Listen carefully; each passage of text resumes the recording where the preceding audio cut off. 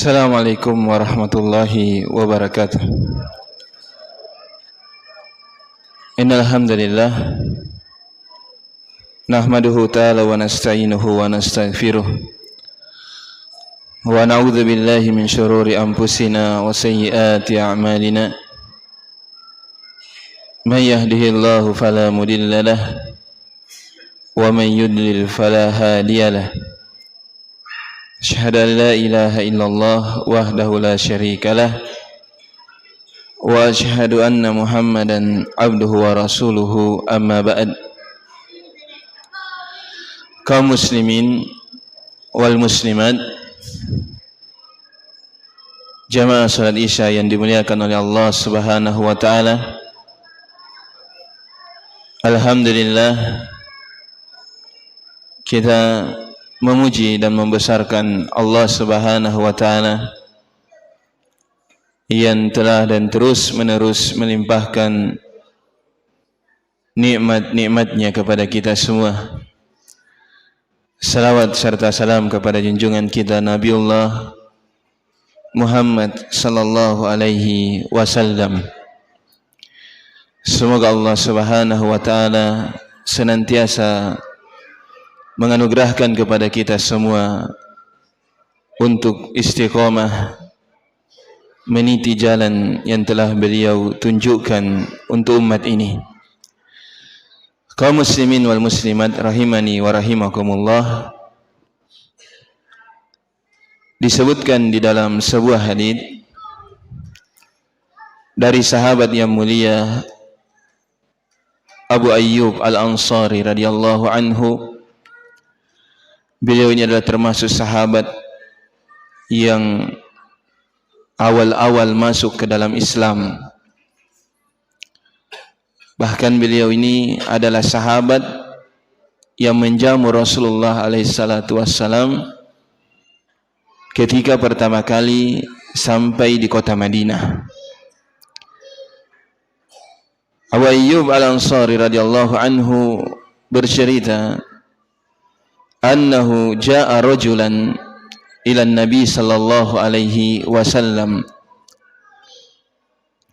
bahwasanya telah datang seorang lelaki kepada Rasulullah alaihi salatu wassalam. Faqala, kemudian lelaki ini berkata, idhni wa ujiz, berikanlah saya nasihat dan peringkaslah nasihat itu. Wa fi riwayatin, di dalam riwayat yang lain disebutkan, alimni wa aujiz, ajarkanlah kepadaku sebuah ilmu dan peringkaslah ilmu tersebut. Faqala sallallahu alaihi wasallam, maka Rasulullah alaihi salatu wassalam bersabda,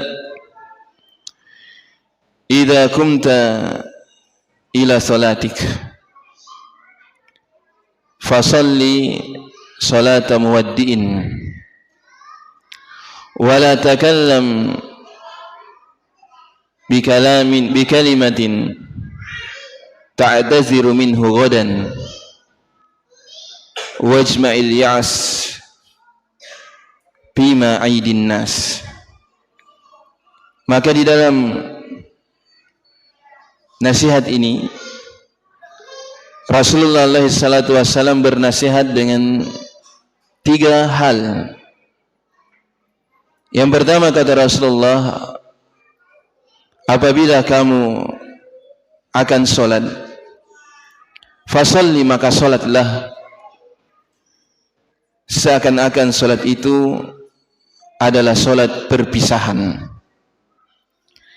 Solatlah menghadap kepada Allah, berdiri di hadapannya seakan-akan setelah solatmu ini kamu akan meninggal.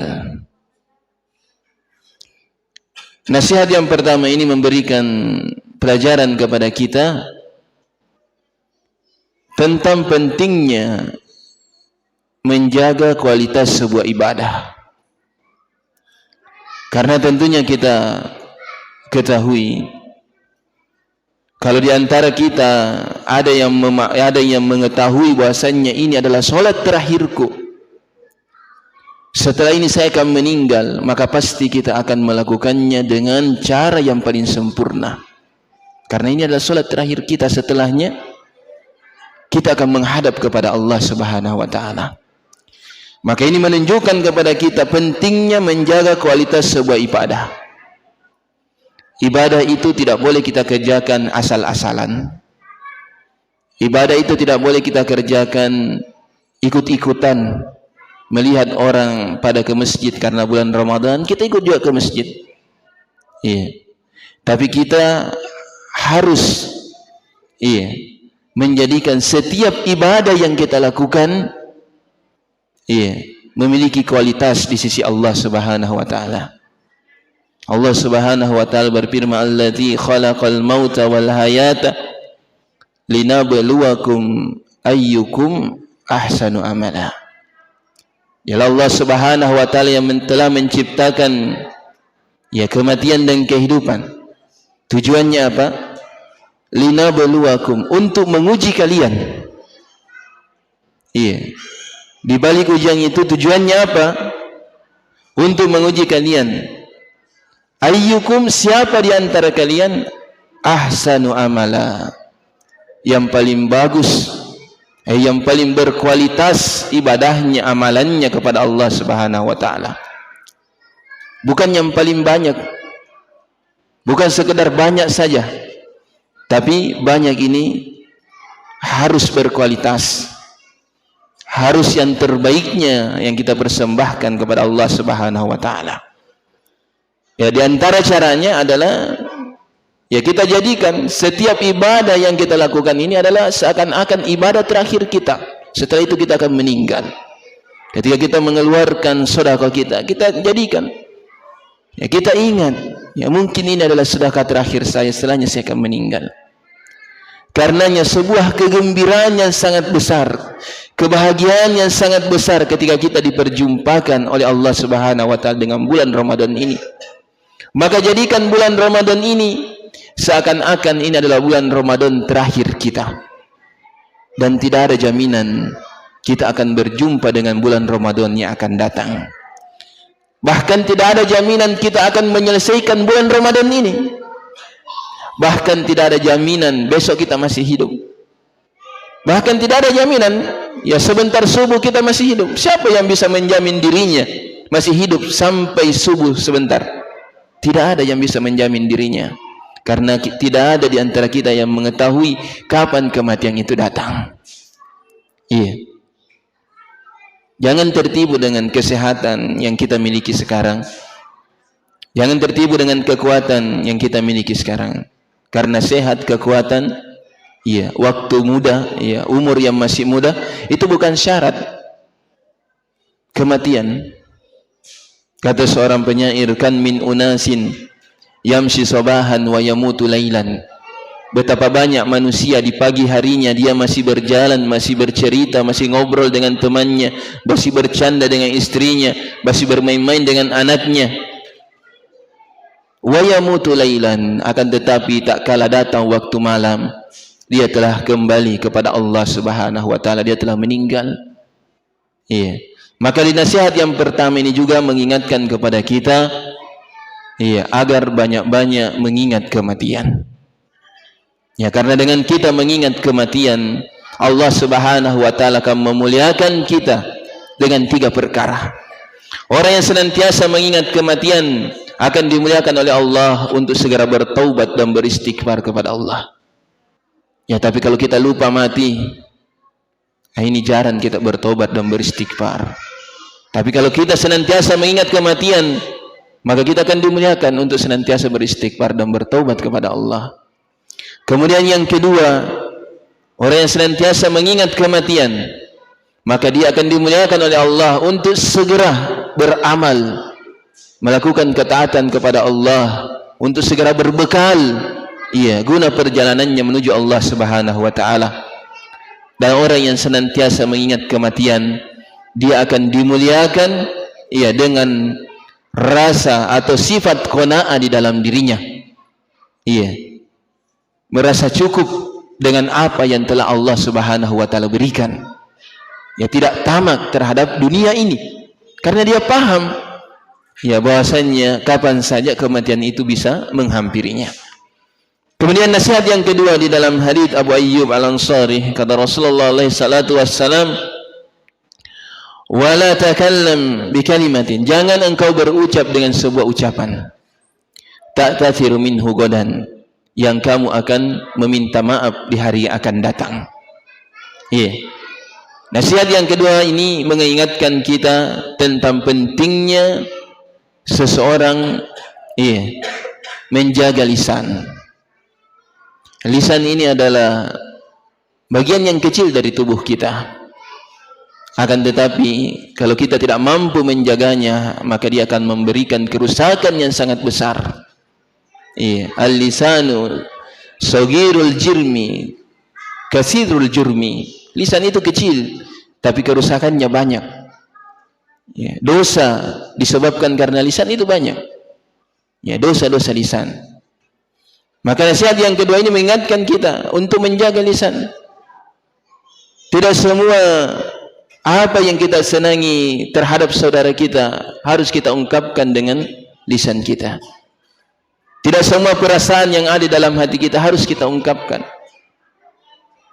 Apalagi perasaan yang dibungkus dengan kebencian, dibungkus dengan caci maki terhadap saudara kita. Tahan lisan kita. Siapa yang mampu menahan lisannya? Kata Rasulullah, man admana li ma baina fakhidhihi wa ma baina lihiyatihi adman lahu al-jannah. Siapa yang bisa menjaga, menjamin untukku, kata Rasulullah, apa yang berada di antara kedua pahanya, yakni kemaluannya, dan apa yang berada di antara kedua jenggotnya, yakni lisannya, kata Rasulullah, adman lahu al-jannah, maka saya menjamin untuknya surga Allah Subhanahu wa ta'ala. Tapi yang tidak mampu menjaga lisannya disebutkan di dalam sebuah hadis, innal abda la yatakallamu bi kalimatin min sakhatillah la yulkil biha balan yahwi biha ilan nar. Sungguh ada seorang hamba, dia berucap dengan sebuah ucapan yang dimurkai oleh Allah Subhanahu wa ta'ala, yang mana ucapan ini ketika keluar dari lisannya dia tidak memperhatikannya, keluar begitu saja, tapi ternyata ucapan yang dimurkai oleh Allah, yang dengan sebab ucapan tersebut yahwi biha ilan nar, dia dilemparkan ke dalam neraka Allah Subhanahu wa ta'ala. Disebutkan tentang seorang wanita kepada Rasulullah sallallahu alaihi wasallam, bahwasanya ada seorang wanita di sana ya Rasulullah, malam harinya dia sholat, di siang harinya dia berpuasa, wa yatasaddaq, dia bersedekah ya Rasulullah, banyak mengeluarkan hartanya di jalan Allah, wa ya'malul khair. Wanita ini ya Rasulullah dia melakukan banyak kebaikan,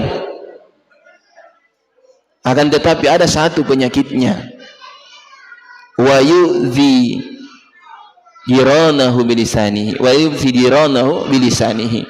Akan tetapi wanita ini ya Rasulullah dia senang menyakiti tetangganya dengan lisannya. Dia senang mencaci tetangganya, menghina tetangganya, menceritakan aib tetangganya, melakukan namimah, gosip. Ini hobinya ya Rasulullah. Apa kata Rasulullah? La khaira fiha. Tidak ada kebaikan pada wanita ini. Innaha min ahlin nar. Sungguh dia termasuk dari penduduk neraka Allah Subhanahu wa ta'ala. Lihat, dengan kebaikan yang begitu banyak, ternyata tidak ada nilainya di sisi Allah karena dia tidak mampu menjaga lisannya. Karenanya di hadis yang lain Rasulullah alaihi salatu wasallam bersabda, al-muslim, seorang muslim itu adalah man salimal muslimuna biyadihi wa bilisanihi, adalah orang yang kaum muslimin, yang saudaranya muslim selamat dari tangannya dan selamat dari lisannya. Itulah seorang muslim. Dia tidak suka mengganggu saudaranya dengan tangannya dan juga tidak mengganggu saudaranya dengan lisannya. Karena apa yang keluar dari lisan kita ini laksana anak panah yang keluar dari busurnya, susah untuk kita tarik kembali. Iya, susah untuk kita tarik kembali. Makanya dipikir-pikir apa yang kita mau keluarkan, apa yang kita mau ucapkan. Iya. Dan menjaga lisan ini adalah barometer ukuran keimanan seorang hamba. Man kana yu'minu billahi wal yawmil akhir falyakul khairan aw liyasmut. Kata Rasulullah, barang siapa yang beriman kepada Allah dan hari akhir, falyakul khairan, katakan yang baik, ucapkan ucapan yang baik. Iya. Kalau tidak mampu berucap dengan ucapan yang baik, solusinya aw liyasmut, ataukah kamu diam. Itu solusinya. Diamnya kita dari berucap sesuatu yang kurang baik, maka itu lebih pantas daripada kita berucap dengan sesuatu yang kita tidak ketahui. Iya. Bahkan itu sebuah dosa dan seterusnya. Ini merupakan kecelakaan dan kebinasaan bagi kita. Karenanya Al-Imam Ibnu Daqiqil Id rahimahullahu ta'ala pernah berkata, ma takallamtu bi kalimatin illa qad abdatta jawabahu inda liqa'i rabbih yaumil qiyamah. Ya, kata beliau, tidaklah saya berucap dengan sebuah ucapan, tidak keluar dari lisanku ini sebuah ucapan, kecuali saya telah mempersiapkan jawabannya ketika kelak saya berjumpa dengan Allah Subhanahu wa ta'ala di hari kiamat. Karena pasti kita akan ditanya semua. Ketika kita mencaci si fulan, ketika kita menggibah si fulan, menceritakan aibnya, akan ditanya oleh Allah Subhanahu wa ta'ala. Karenanya Ibnu Daqiqil Id tidak berucap sebuah ucapan kecuali sudah siap jawabannya. Kalau saya ditanya seperti ini, saya akan jawab seperti ini nanti kelak di hari kiamat. Bagaimana para ulama betul-betul menjaga lisan-lisan mereka. Iya. Kemudian nasihat yang ketiga dari Rasulullah alaihi salatu wassalam, wajma'il ya'as, kumpulkanlah rasa keputusasaan, berputus asalah kalian. Iya. Bima aidin nas, dengan apa yang ada di tangan manusia. Jangan berharap dengan apa yang ada di tangan manusia, tapi berharap dan bertawakallah hanya kepada Allah Subhanahu wa ta'ala. Berharap dan bertawakal kepada Ar-Razzaq yang maha memberi rezeki. Berharap dan bertawakal kepada Al-Qawi yang maha kuat, yang maha mampu atas segalanya. Jangan berharap terhadap manusia. Jangan berharap dengan apa yang ada di tangan manusia. Karena berharap terhadap makhluk ini kebanyakannya berujung dengan kekecewaan. Kadang kita, ada je si fulan yang bisa bantu, ternyata dia tidak membantu, ujung-ujungnya adalah apa? Kekecewaan. Maka setiap yang kita hadapi dari masalah kita, gantungkan semuanya kepada Allah Subhanahu wa ta'ala. Wa man yatawakkal 'alallahi fahuwa hasbuh. Siapa yang bertawakal, berharapnya, tawakalnya hanya kepada Allah Subhanahu wa ta'ala, fahuwa hasbuh, maka dia Allah Subhanahu wa ta'ala akan mencukupinya. Di dalam sebuah hadis Rasulullah SAW bersabda, "Lau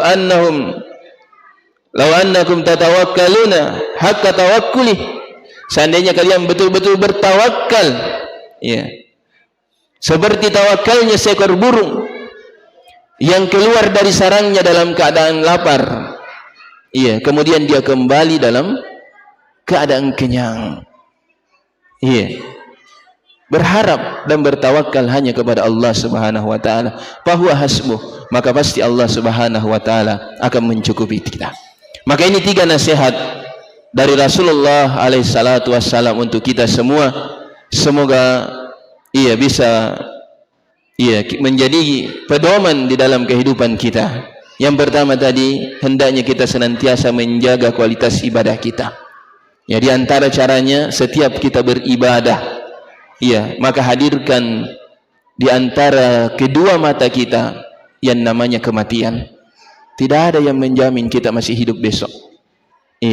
Maka dengan itu pasti kita akan betul-betul melakukan ibadah tersebut dengan sebaik-baiknya. Kemudian yang kedua, jaga lisan kita. Lisan ini bisa menjadi sebab diangkatnya derajat kita di sisi Allah, tapi bisa juga menjadi sebab kita hina, celaka dan dilemparkan ke dalam neraka Allah Subhanahu wa ta'ala. Kemudian yang ketiga, jadikan harapan kita, tawakal kita hanya kepada Allah Subhanahu wa taala. Semoga apa yang kita dengarkan di malam hari ini memberikan manfaat untuk kita semua. Naktabi bihadzal qadar. Subhanakallahumma bihamdika asyhadu an la ilaha illa anta astaghfiruka wa atubu ilaik. Assalamualaikum warahmatullahi wabarakatuh.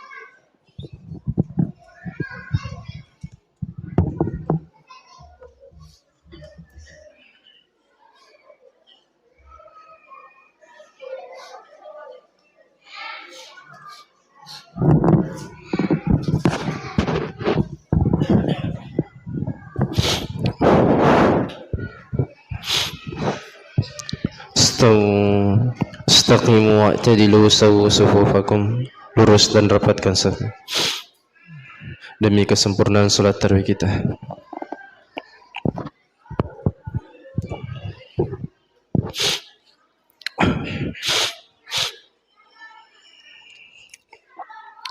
Allahu Akbar.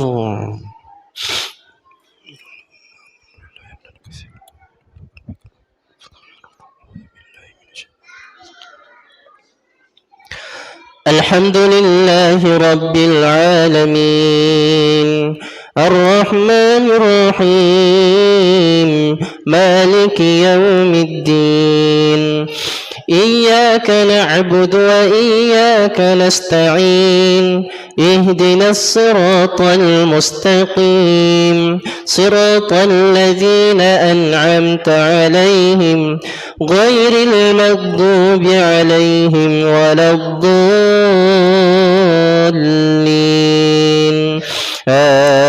آمين.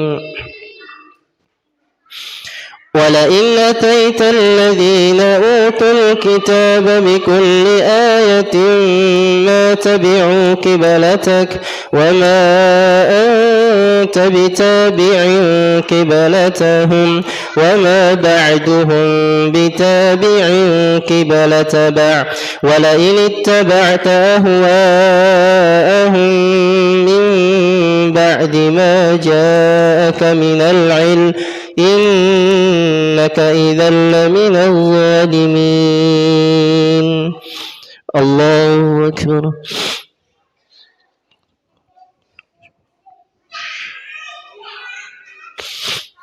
سمع الله لمن حمده. الله أكبر.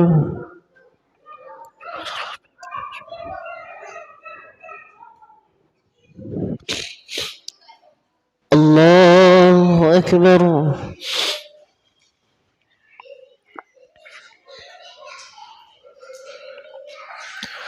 الله أكبر.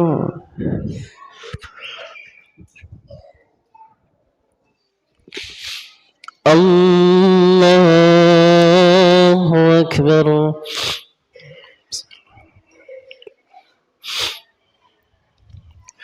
الحمد لله رب العالمين الرحمن الرحيم مالك يوم الدين إياك نعبد وإياك نستعين اهدنا الصراط المستقيم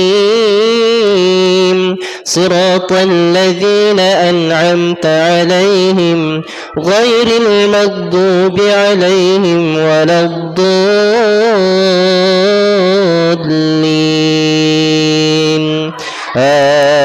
آمين. الذين آتيناهم الكتاب يعرفونه كما يعرفون أبناءهم وإن فريقا منهم ليكتمون الحق وهم يعلمون. الحق من ربك فلا تكونن من الممترين. الله أكبر.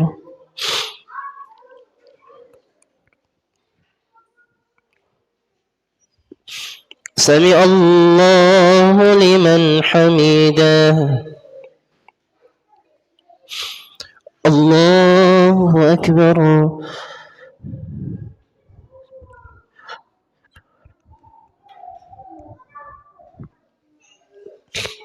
الله أكبر.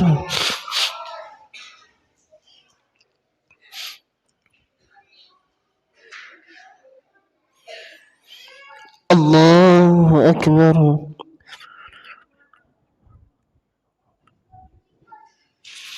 الله أكبر.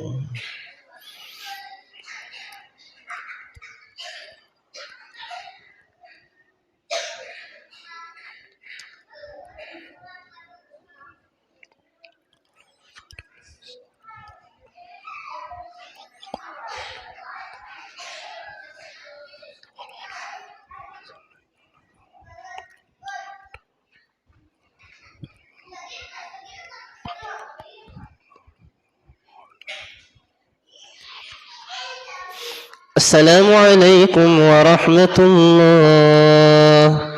السلام عليكم ورحمة الله.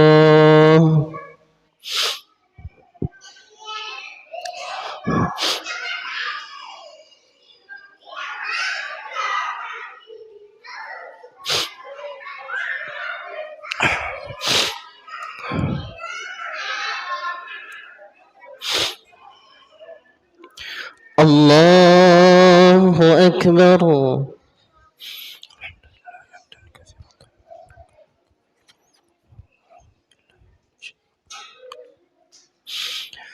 الحمد لله رب العالمين الرحمن الرحيم مالك يوم الدين إياك نعبد وإياك نستعين اهدنا الصراط المستقيم صراط الذين أنعمت عليهم غير المغضوب عليهم ولا الضالين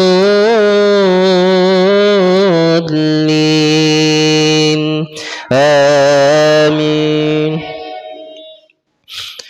ولكل وجهة هو موليها فاستبقوا الخيرات أينما تكونوا يأت بكم الله جميعا إن الله على كل شيء قدير.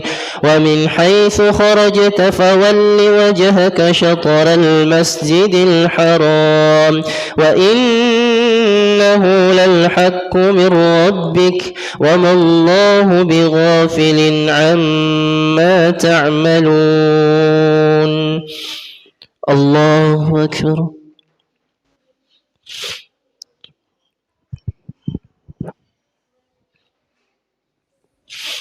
سمع الله لمن حمده. الله أكبر.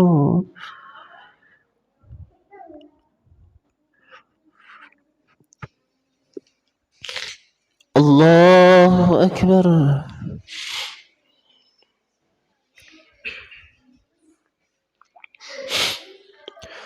الله أكبر.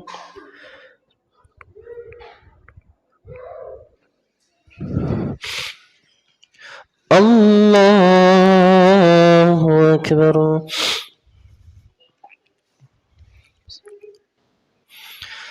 الحمد لله رب العالمين الرحمن الرحيم مالك يوم الدين إياك نعبد وإياك نستعين اهدنا الصراط المستقيم صراط الذين أنعمت عليهم غير المغضوب عليهم ولا الضالين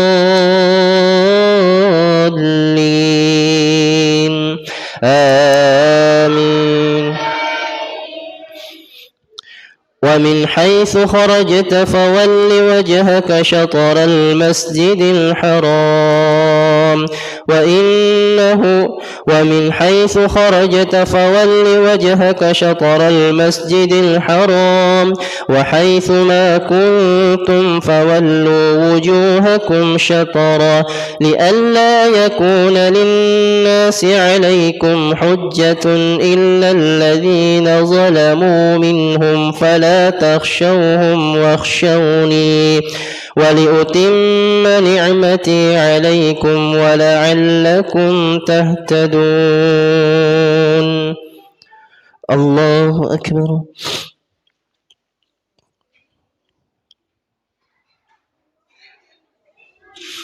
سمع الله لمن حمده. الله أكبر.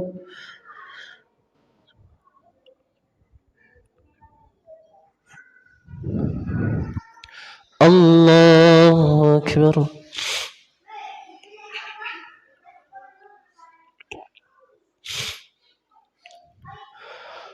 الله أكبر.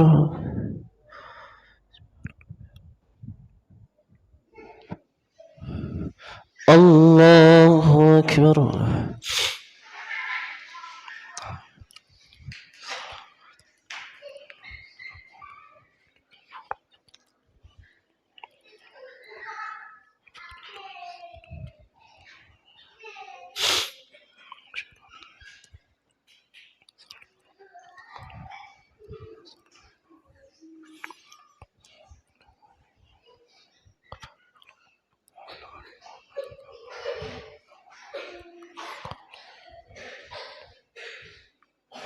السلام عليكم ورحمة الله. السلام عليكم ورحمة الله.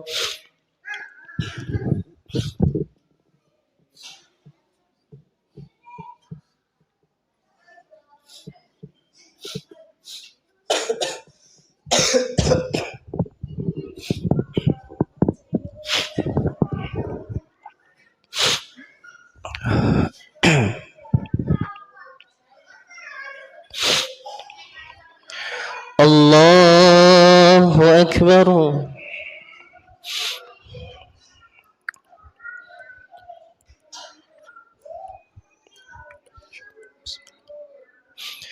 الحمد لله رب العالمين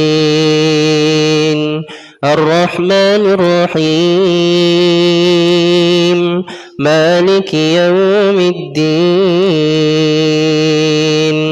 إياك نعبد وإياك نستعين اهدنا الصراط المستقيم صراط الذين أنعمت عليهم غير المغضوب عليهم ولا الضالين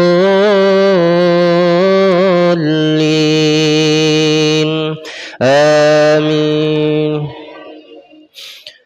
كما أرسلنا فيكم رسولا منكم يتلو عليكم آياتنا ويزكيكم ويعلمكم الكتاب والحكمة ويعلمكم ما لم تكونوا تعلمون فاذكروني أذكركم واشكروا لي ولا تكفرون. الله أكبر.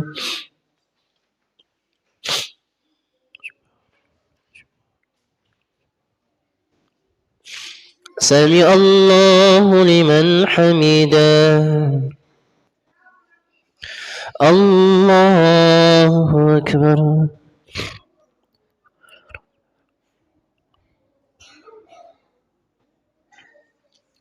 الله أكبر.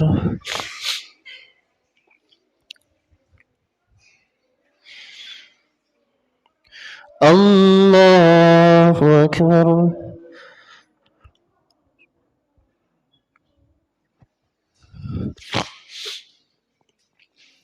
الله أكبر.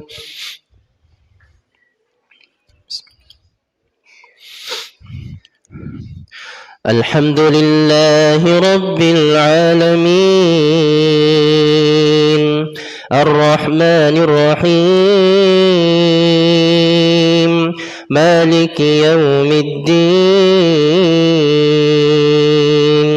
إياك نعبد وإياك نستعين اهدنا الصراط المستقيم صراط الذين أنعمت عليهم غير المغضوب عليهم ولا الضالين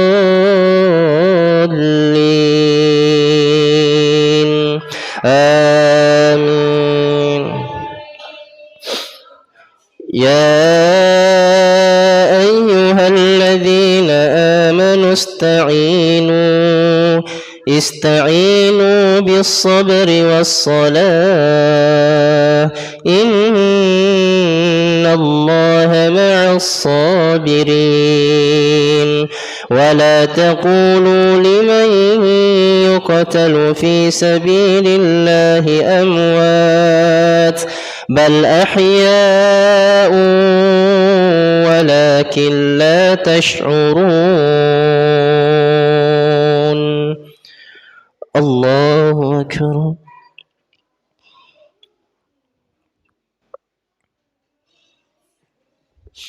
سمع الله لمن حمده. الله أكبر.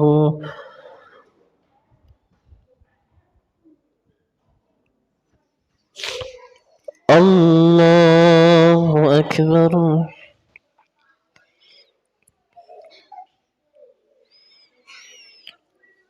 الله أكبر.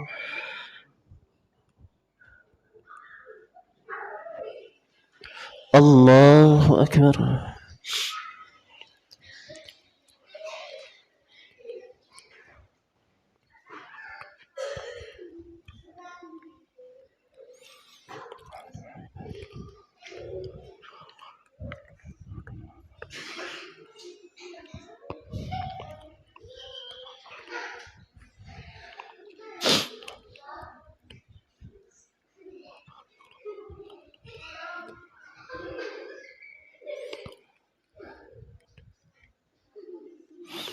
السلام عليكم ورحمة الله.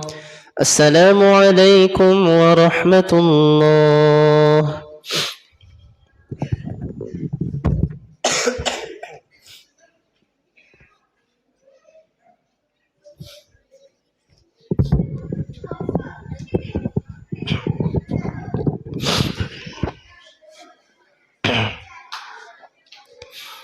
الله أكبر.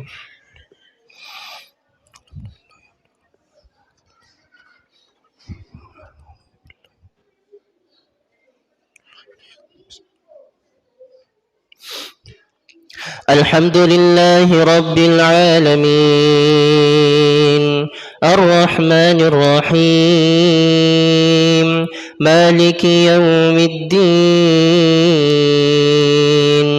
إياك نعبد وإياك نستعين اهدنا الصراط المستقيم صراط الذين أنعمت عليهم غير المغضوب عليهم ولا الضالين آمين. ولنبلونكم بشيء من الخوف والجوع ونقص من الأموال والأنفس والثمرات وبشر الصابرين الذين إذا أصابتهم مصيبة قالوا إنا لله وإنا إليه راجعون أولئك عليهم صلوات من ربهم ورحمة وأولئك هم المهتدون. الله أكبر.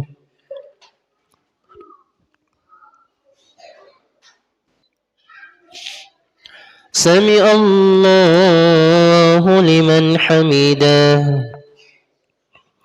الله أكبر.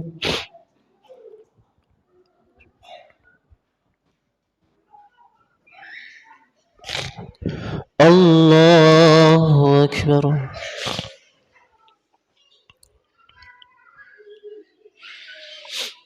الله أكبر.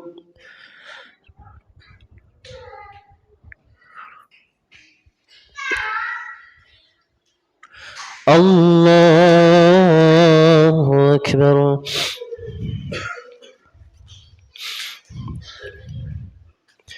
الحمد لله رب العالمين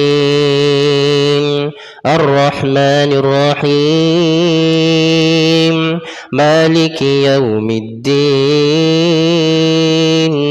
إياك نعبد وإياك نستعين اهدنا الصراط المستقيم صراط الذين أنعمت عليهم غير المغضوب عليهم ولا الضالين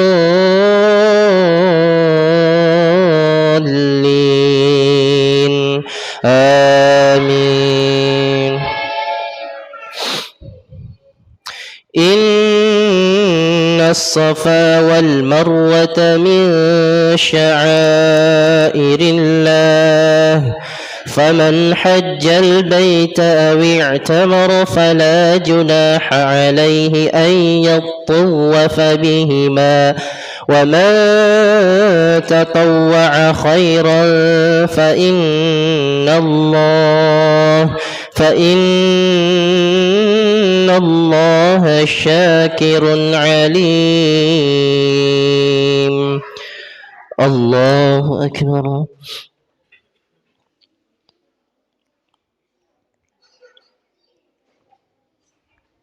سمع الله لمن حمده. الله أكبر.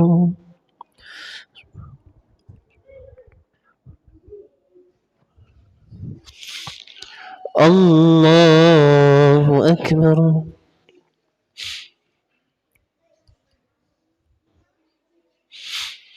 الله أكبر.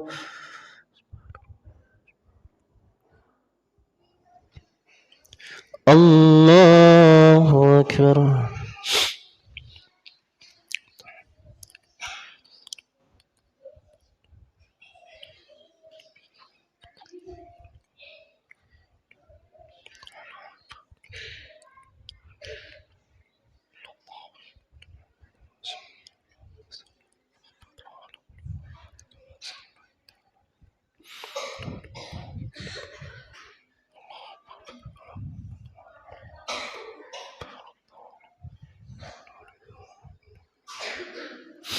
السلام عليكم ورحمة الله. السلام عليكم ورحمة الله.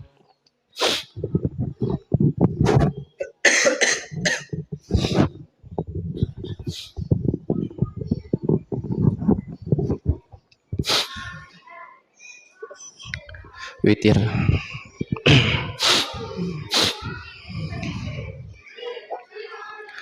الله أكبر.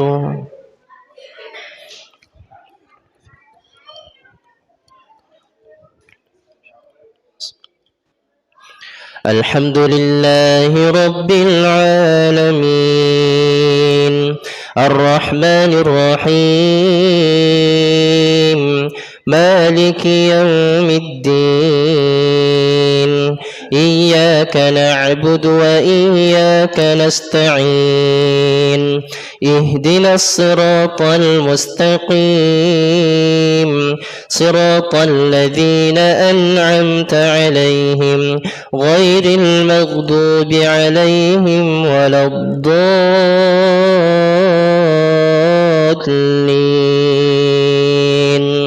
آمين. سبح اسم ربك الأعلى الذي خلق فسوى والذي قدر فهدى والذي أخرج المرعى فجعله غثاء أحوى سنقرئك فلا تنسى إلا ما شاء الله إنه يعلم الجهر وما يخفى ونيسرك لليسرى فذكر إن نفعت الذكرى سيذكر من يخشى ويتجنبها الأشقى الذي يصلى النار الكبرى ثم لا يموت فيها ولا يحيا قد أفلح من تزكى وذكر اسم ربه فصلى بل تؤثرون الحياة الدنيا والآخرة خير وأبقى إن هذا لفي الصحف الأولى صحف إبراهيم وموسى. الله أكبر.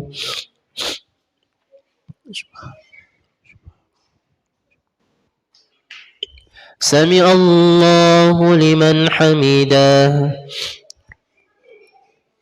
الله أكبر.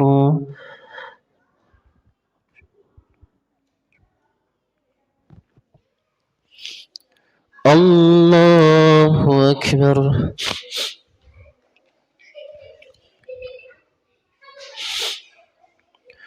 الله أكبر.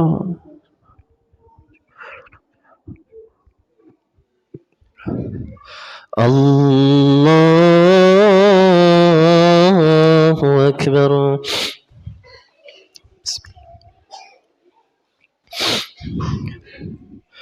الحمد لله رب العالمين الرحمن الرحيم مالك يوم الدين إياك نعبد وإياك نستعين اهدنا الصراط المستقيم صراط الذين أنعمت عليهم غير المغضوب عليهم ولا الضالين آمين. قل يا أيها الكافرون لا أعبد ما تعبدون ولا أنتم عابدون ما أعبد ولا أنا عابد ما عبدتم ولا أنتم عابدون ما أعبد لكم دينكم ولي دين. الله أكبر.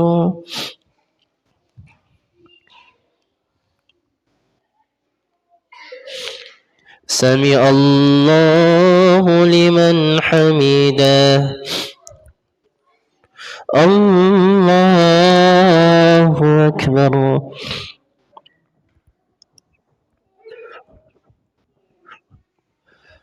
الله أكبر.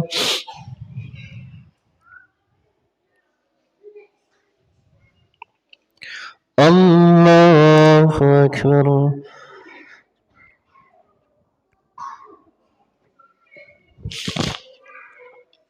الله أكبر.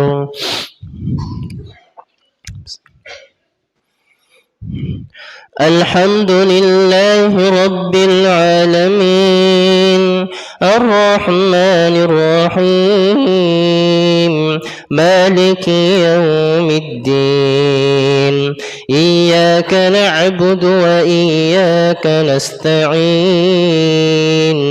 اهدنا الصراط المستقيم صراط الذين أنعمت عليهم غير المغضوب عليهم ولا الضالين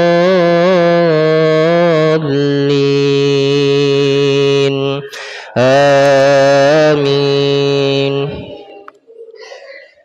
قل هو الله أحد الله الصمد لم يلد ولم يولد ولم يكن له كفوا أحد. الله أكبر.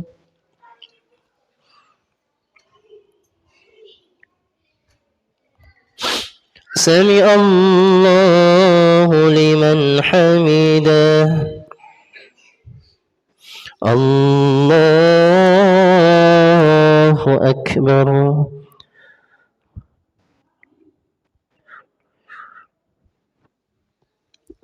الله أكبر.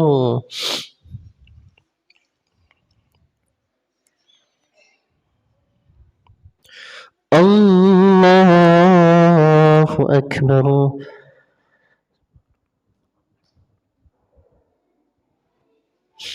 الله أكبر.